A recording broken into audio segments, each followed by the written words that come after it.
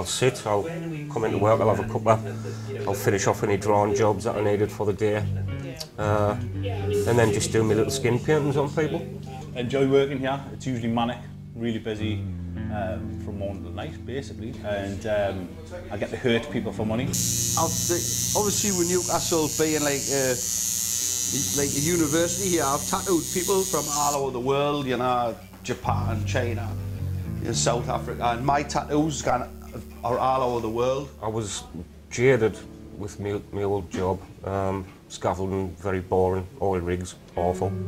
And I was always a decent artist and grew up in and around tattooing. So I was offered an apprenticeship and it just seemed like a natural progression for us, really. It's good to be creative. I did an apprenticeship working with a guy, and then when I finished my apprenticeship, I went and worked in a few studios and then just eventually up in these two. I probably became involved in tattooing via kind of relatives. My cousin's a tattooist, my uncle was a tattooist, I used to watch him tattoo.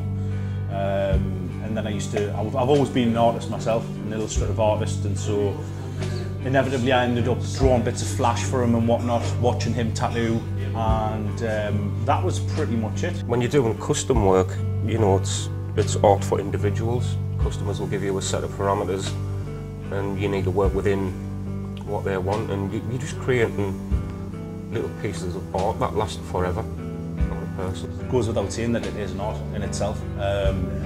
Everything from the mechanics of it, i.e.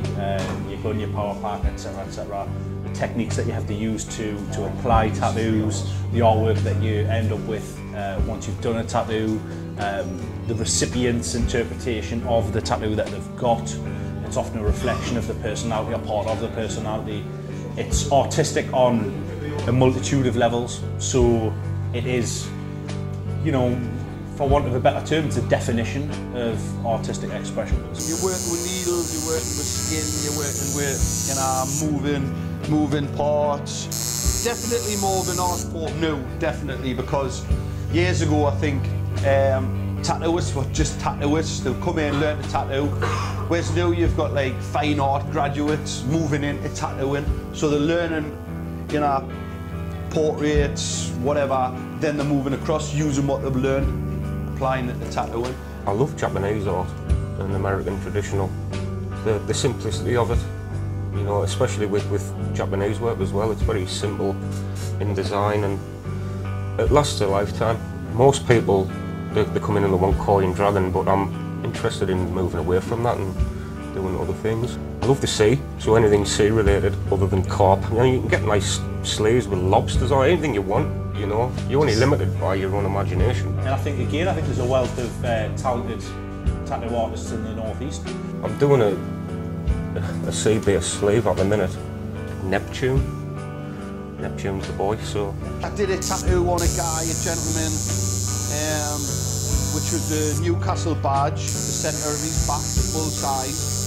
And then I put about 9 portraits of the Newcastle players around the badge. I don't mind nice, small, discreet little ones, but those all-body over ones now wouldn't do anything at all for me. It's hard to change people's opinions on it, especially older people who just have a negative view towards it anyway, you know. They just think back to years ago when tattoos were for prostitutes and dockers. It's not even a case of changing an opinion as such, really. I can't change somebody's opinion. I don't think that's possible. But I think the whole negative connotations of tattooing it's quite an old world sort of thing. It's not as apparent as it was in, say, for instance, the 70s, the 80s, and possibly prior to that. I used to say when she was 18 she could do what she liked, but now that she's coming near it, I'm saying 21, because I really don't want her to get one. I think if you've got tattoos on your hands, if you've got tattoos on your face or neck, you can still come across people who will be instantaneously judgmental of you without even knowing you. I could do a quite interesting tattoo based on a man's family, and it was the things that remind him of his family, based around a Japanese theme. So, you know, his mother made the best Yorkshire puddings ever, so he had a Yorkshire pudding. One of my favourite tattoos I did was a tattoo of Salvador Dali on somebody, because he was just such a fan of Salvador Dali. I'm a fan of Salvador Dali, so it made it all the easier to do and the more enjoyable to do.